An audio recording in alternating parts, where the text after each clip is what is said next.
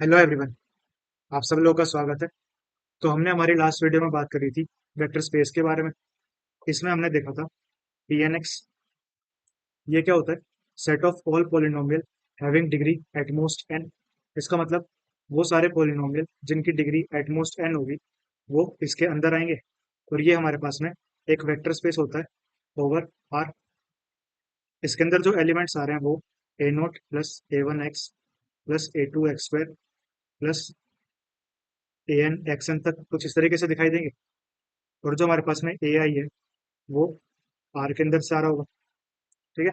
तो ये vector space होता है ओवर आर। इसके बाद हमने बात करी थी कि जो हमारे पास में कोएफिशिएंट्स है a0 a1 a2 up to an, इन सबको मैं एज अ वेक्टर रिप्रेजेंट कर सकता हूँ। ठीक है। इसके बाद हमने देखा था पी एक्स। यहाँ पे हमारे पास में जो इसकी डिग्री है वो फाइनाइट है और इस केस में डिग्री इन्फानाइट हो जाएगी। ठीक है। तो ये भी हमारे पास में एक वेक्टर स्पेस होता है। इसके बाद हमने बात करी थी मैट्रिक्स के बारे में। सबसे पहले 2x2 में देखा था। ये मैट्रिक्स कुछ इस तरीके की दिखाई देती है। ये भी हमारे पास में एक वेक्टर स्पेस होगा। और जो ये मैट्रिक्स है इसको भी हम एज अ वेक्टर रिप्रेजेंट कर सकते हैं, इस तरीके से या फिर इस तरीके से। ये हमारे पास में रो वेक्टर हो जाएगा और ये हमारे पास में कॉलम वेक्टर। ठीक है। अब इसी चीज को मैं और एम क्रॉस एन के लिए भी बोल सकता हूँ। ठीक है। कि ये भी हमारे पास में एक वेक्टर स्पेस बनने वाला है। इसके बाद हमने बात करी थी सब स्पेस के बारे में। हमारे पास में एक वेक्टर स्पेस है वी। इसका हमने एक छोटा सा पार्ट ले लिया। ये हमारे पास में एक सब स्पेस होगा अगर ये दो प्रॉपर्टीज को सेटिस्फाई कर दे। वो हमारे पास में क्या होती है? Closure with respect to addition. और दूसरी प्रॉपर्टी होती है closure with respect to multiplication. ठीक है। हमने जब वेक्टर स्पेस के बारे में बात करी थी तो हमारे पास में एडिशन के रिस्पेक्ट में कुछ प्रॉपर्टीज थी और मल्टीप्लिकेशन के रिस्पेक्ट में कुछ प्रॉपर्टीज थी। ये इतनी सारी प्रॉपर्टीज को देखने के बाद हम बोलते थे कि ये हमारे पास में एक वेक्टर स्पेस है ओवर एफ। यहाँ पे हम बस दो ही प्रॉपर्टी देख रहे हैं। तो ऐसा क्यों हो रहा है ना? अब देखो, जो ये हमारे पास में डब्ल्यू है ये वी के अंदर ही है। तो ऐसा हो सकता है ना कि ये कुछ प्रॉपर्टीज पहले से ही अपने अंदर इनहेरिट करता हो, है ना? तो मतलब कुछ प्रॉपर्टीज पहले से सेटिस्फाई हो रही हैं तो हमें उन्हें वापस देखने की जरूरत नहीं पड़ रही। तो अब जरा इसके बारे में बात करते हैं कि ऐसे कौन कौन सी प्रॉपर्टीज हैं जो वेक्टर स्पेस से डायरेक्टली सब स्पेस के पास आ रही हैं। तो सबसे पहले बात करते हैं हम एडिशन के रिस्पेक्ट में देखते हैं। तो हमारी फर्स्ट प्रॉपर्टी क्या थी? क्लोजर। ठीक है। इसमें क्या है? v1 प्लस v2 हमारा v के अंदर आना चाहिए। ठीक है। यहाँ पे v1 और जो v2 है वो हमारा v के अंदर से आ रहा है। तो यहाँ से हम डायरेक्टली बोल सकते हैं कि जो हमारा सब स्पेस है वो भी इस प्रॉपर्टी को सेटिस्फाई करेगा। तो अब देखो, ये हमने v ले लिया। ये एक एलिमेंट है। इस तरीके से हमारे पास में एलिमेंट्स आ गए। मैंने लिया है सब स्पेस इतना सब। ठीक है। इसके अंदर जो ये वाला एलिमेंट है और जो ये वाला एलिमेंट है, इन दोनों को जब मैं ऐड कर रहा हूँ तो जो मेरे पास में आ रहा है वो ये भी तो आ सकता है ना? कि मैंने v1 और v2 को ऐड किया और मेरे को ऐड करने के बाद जो v3 है वो हमारे सब स्पेस के बाहर आ गए, है ना? तो यहाँ पे डायरेक्टली हम बोल नहीं सकते कि जो क्लोजर है वो ये सेटिस्फाई करेगा। ठीक है। इसके बाद हम बात करते हैं एसोसिएटिव की। हमारे पास में v1 v2 v3 है। यहाँ पे इन दोनों को पहले ऐड करके इसको ऐड करें या फिर इन दोनों को ऐड करके इसमें ऐड करें। तो जो एसोसिएटिव है ये हमारे पास में यूनिवर्सल प्रॉपर्टी होती है। तो ये तो सबके लिए ही सही होती है। तो सब स्पेस के लिए भी सही होगी। ठीक है। इसके बाद में आता है हमारे पास में आइडेंटिटी। अब देखो, हमारे पास में एक मोटा जीरो वेक्टर आना चाहिए। हमारे पास में ये वेक्टर स्पेस है। ये मेरे पास में आइडेंटिटी आ गई। ठीक है। और भी हमारे पास में बहुत सारे एलिमेंट है। जो मैंने सब स्पेस लिया वो मैंने बस इतना सा पार्ट लिया। तो इसके अंदर हमारे पास में आइडेंटिटी आ रही है? नहीं आ रही। तो ये वाली प्रॉपर्टी भी सब स्पेस के लिए डायरेक्टली इंप्लाई नहीं होती है। ठीक है। इसके बाद में आता है हमारे पास में इनवर्स। ठीक है। अब देखो, जब हमारे पास आइडेंटिटी ही नहीं आई तो क्या इनवर्स आएगा? इनवर्स भी नहीं आता। क्यों? क्योंकि अगर एक वेक्टर वी है इसको एक दूसरे नंबर से ऐड करने के बाद हमारे पास में आइडेंटिटी आनी चाहिए। तो हमारे पास आइडेंटिटी नहीं आ रही। तो यहाँ से इनवर्स भी डायरेक्टली इंप्लाई नहीं होगा। ठीक है। इसके बाद आता है हमारे पास में V one plus V two equals to V two plus V one. तो ये भी हमारे पास में यूनिवर्सल प्रॉपर्टी होती है, तो ये यहाँ से डायरेक्टली इंप्लाई हो जाएगी। इसके बाद में हम बात करते हैं properties with respect to multiplication. सबसे पहला है हमारे पास में 1 × v = v, तो ये वाली प्रॉपर्टी डायरेक्टली इंप्लाई हो जाएगी, है ना। इसके बाद alpha plus beta into V है, अल्फा बी प्लस बीटा भी होगा, तो ये भी यहाँ से डायरेक्टली इंप्लाई हो गया। ये सारी प्रॉपर्टी यूनिवर्सल है, ठीक है, तो ये तो हर किसी के लिए सेटिस्फाई करती है। इसके बाद में अल्फा है v1 + v2 लेंगे, तो alpha v1 plus alpha v2 होगा, ये हमारे सबस्पेस के लिए भी सेटिस्फाई हो जाएगी। इसके बाद में आता है हमारे पास में अल्फा बीटा v, इसको मैं अल्फा इंटू बीटा भी लिख सकता हूँ, तो ये वाली प्रॉपर्टी भी आगे हमारे पास कैरी फॉरवर्ड हो गई है, ठीक है। इसके बाद में आता है हमारे पास में अल्फा वी, ये हमारे वी के अंदर तो आ रहा था, क्या ये जरूरी है कि अल्फा वी ये हमारे सबस्पेस के लिए भी सेटिस्फाई हो, है ना। एक मैंने वेक्टर स्पेस लिया, इसके अंदर ये सबस्पेस है, एक वेक्टर लिया वी, इसको मैं किसी एक स्केलर से मल्टीप्लाई कर देता हूँ, ठीक है। तो ए वी हमारे पास में कुछ और भी तो हो सकता है, क्या पता ए वी यहाँ पे आ जाए, है ना। तो ये यहाँ से डायरेक्टली इंप्लाई नहीं होगा, तो ये वाली प्रॉपर्टी सेटिस्फाइड होगी।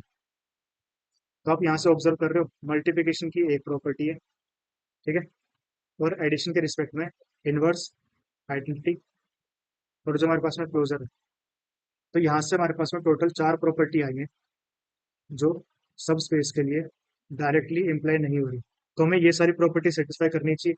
हमारे पास में कोई एक सेट होता है, तो उस सेट का जो सबसेट है वो भी तो हमारे पास में एक सेट होता है ना, इंडिपेंडेंटली। तो वैसे ही वेक्टर स्पेस का जो हमारे पास में सब स्पेस आया, ये अपने आप में एक वेक्टर स्पेस होना चाहिए, तो सब स्पेस इटसेल्फ एक वेक्टर स्पेस बन जाए over same field and same operation with respect to addition and multiplication. तो हम क्या बोलेंगे कि ये हमारे पास में एक सबस्पेस है, ठीक है। तो इसका मतलब हमें बस ये 4 प्रॉपर्टी चेक करनी पड़ेगी। अगर ये 4 प्रॉपर्टी सेटिस्फाई हो जाती हैं तो हम बोल देंगे कि हमारे पास में सबस्पेस हो गया। अब देखो, जो हमारी डेफिनेशन है उसमें हमने क्या बात करी है कि closure with respect to addition and closure with respect to multiplication. अगर ये दो प्रॉपर्टी सेटिस्फाई होती है तो हम बोलते हैं कि वो सबस्पेस होगा। लेकिन यहाँ पे तो हमारे पास में 4 कंडीशन है ना। इसके लिए देखो, हमारे पास में u प्लस वी डब्ल्यू के अंदर आना चाहिए, और जो अल्फा यू है ये भी हमारा डब्ल्यू के अंदर आना चाहिए। हम बात करते हैं आइडेंटिटी की, ठीक है। आइडेंटिटी मतलब हमें चाहिए मोटा जीरो, ठीक है। ये क्या होता है कि u plus zero equals to U आना चाहिए, ठीक है। हमारे पास में u डब्ल्यू के अंदर से आ रहा है और v भी डब्ल्यू के अंदर से आ रहा है। यहाँ पे मैं ये मान सकता हूँ कि जो v मेरा जीरो वेक्टर है, जीरो वेक्टर है हमारे पास में, तो ये वाली प्रॉपर्टी सेटिस्फाई हो जाएगी। और जो u है वो हमारा डब्ल्यू के अंदर आता है, ठीक। तो ये इससे इम्प्लाई हो जाएगा। अगर u और v मेरे पास में कोई भी वेक्टर है जो डब्ल्यू के अंदर आ रहे हैं, तो उनको ऐड करने के बाद भी वो डब्ल्यू के अंदर आने चाहिए, ठीक है। तो v अगर मैंने जीरो मान लिया है, इनको ऐड करने के बाद में u आया, और जो u है वो मेरा डब्ल्यू के अंदर से आ रहा है, ठीक। तो मतलब इसी प्रॉपर्टी से मैं ये चीज निकाल सकता हूँ कि आइडेंटिटी मुझे मिल जाएगी। इसके बाद देखते हैं इनवर्स को। हमारे पास में u है और यहाँ पे मैंने v की जगह माइनस यू ले लिया, तो मेरे पास में आइडेंटिटी आ गई, ठीक है। तो यहाँ से हम ये चीज बोल सकते हैं कि जो u प्लस वी हमारे डब्ल्यू के अंदर आ रहा है, अगर हम इसी को देखें तो आइडेंटिटी और जो इनवर्स है वो इसी के अंदर कंटेन होगा। अगर ये चीज होगी तो ये ऑटोमेटिकली हो चुकी है इसके अंदर ही, तो हमें इन्हें अलग से चेक करने की जरूरत नहीं है, ठीक है। और हमारे पास में दूसरी प्रॉपर्टी क्या है, अल्फा यू जो हमारे डब्ल्यू के अंदर आ रहा है, ठीक। तो इसलिए हम सब स्पेस के लिए बस दो प्रॉपर्टीज को ही चेक करते हैं, ठीक है। अब कुछ एग्जांपल्स करते हैं इसके ऊपर। ये हमारे पास में क्वेश्चन है कि एक हमें सब स्पेस दिया है R2 का, ठीक है। और जो हमारे पास में कंडीशन क्या है कि x² + y² हमारे पास में जीरो होना चाहिए, x और y रियल है, ठीक है। तो बताओ x² + y² equals to zero, इसका मतलब ये हमारे पास में एक पॉइंट आएगा और वो 0,0 होगा। या फिर इसको दूसरा हम क्या बोल सकते हैं कि ये हमारे पास में एक पॉइंट सर्कल है, ठीक है, इसका रेडियस क्या है, जीरो है, ठीक है। इसका मतलब जो हमारे पास डब्ल्यू है इसके अंदर एक ही एलिमेंट आएगा 0,0, इसका मतलब जीरो के अंदर मैं जीरो को ऐड करूंगा तो हमारे पास में जीरो ही आएगा, ठीक है। और जीरो को हम किसी भी नंबर अल्फा से मल्टीप्लाई करेंगे तो भी हमारे पास में जीरो ही आने वाला है। इसका मतलब ये सब स्पेस हो गया। ये हमारे पास में क्वेश्चन है। तो देखो, x square plus Y square less than equals to one आ गया। इसका मतलब ये हमारे पास में क्या हो गया, X square plus Y square equals to one. ठीक है, और यहाँ पे less than equals to one है। इसका मतलब ये पूरा आएगा हमारे पास। ठीक है, तो ये हमारे पास में सब स्पेस है क्या। इसके लिए एक एग्जांपल कंसीडर करते हैं। मैंने एक्स की वैल्यू वन ले ली, वाई की वैल्यू जीरो ले ली। ठीक है, इस प्रॉपर्टी को सेटिस्फाई करता है। ये हमारे पास में वी वन हो गया, और वी टू हमने लिया जीरो कोमा वन, ये भी इसको सेटिस्फाई करता है। ठीक है, तो वी वन और वी टू, अगर ये मेरा डब्ल्यू के अंदर आ रहा है तो V one plus V two भी डब्ल्यू के अंदर आना चाहिए, है ना। तो देखो, इनको मैं ऐड करूंगा तो मेरे पास में वन कोमा वन आएगा। तो ये इस प्रॉपर्टी को सेटिस्फाई करता है क्या। वन का स्क्वायर प्लस वन का स्क्वायर हमारे पास में टू होता है, और जो टू है वो less than equals to one तो नहीं होता। इसका मतलब ये हमारे डब्ल्यू के अंदर नहीं आएगा। ठीक है, तो यही से हम बोल देंगे कि नॉट अ सबस्पेस। ये हमारे पास में क्वेश्चन। अब देखो, x square plus Y square equals to zero, और जो एक्स और वाई है वो हमारे कॉम्प्लेक्स फील्ड के अंदर से आ रहे हैं। ठीक है, तो यहाँ से अगर मैं X square equals to minus Y square लिख दूँ, इसका रूट लेंगे तो एक्स हमारे पास में प्लस माइनस वाई आयोटा आएगा। ठीक है, इसका मतलब जो हमारे पास में एलिमेंट आ रहे हैं एक्स कोमा वाई, वो कुछ इस तरीके के आने चाहिए। ठीक है, इसको हम ऐसे लिख सकते हैं, वाई आयोटा वाई, और हमारे पास में माइनस वाई आयोटा वाई। इसको मैंने वी वन मान लिया, इसको वी टू मान लिया। ये हमारी कंडीशन सेटिस्फाई करता है। ठीक है, इन दोनों को ऐड करूंगा तो हमारे पास में जीरो कोमा टू वाई आएगा। इस पॉइंट को अगर यहाँ पे पुट करते हैं तो हमारे पास में zero plus four y square आ रहा है इक्वल्स टू जीरो। ठीक है, तो अगर वाई मेरे पास में नॉन जीरो है तो ये वाली कंडीशन सेटिस्फाई नहीं हो रही। इसका मतलब ये हमारे पास में नॉट अ सबस्पेस। ये हमारे पास में क्वेश्चन। अब देखो, यहाँ पे जो हमारे पास में एक्स वाई इसके अंदर आएंगे वो कौन से आएंगे, एक्स इक्वल्स टू वाई वाले। ठीक है, इसका मतलब जो हमारा एलिमेंट है कुछ एक्स कोमा एक्स जैसा दिखेगा। ठीक है, इसको मैं वी वन मान लेता हूँ, और वाई कोमा वाई इसको मैंने वी टू मान लिया। इनको ऐड करूंगा तो हमारे पास में एक्स प्लस वाई और एक्स प्लस वाई आएगा। इसको हम कुछ जेड कोमा जेड मान सकते हैं। ठीक है, तो ये भी हमारा इसके अंदर आने वाला है। तो ये वाली प्रॉपर्टी सेटिस्फाई हो गई। इसके बाद एल्फा इंटू एक्स करेंगे तो यहाँ पे हमारे पास में एल्फा एक्स और एल्फा एक्स आएगा। ये भी हमारे इसके अंदर आएगा।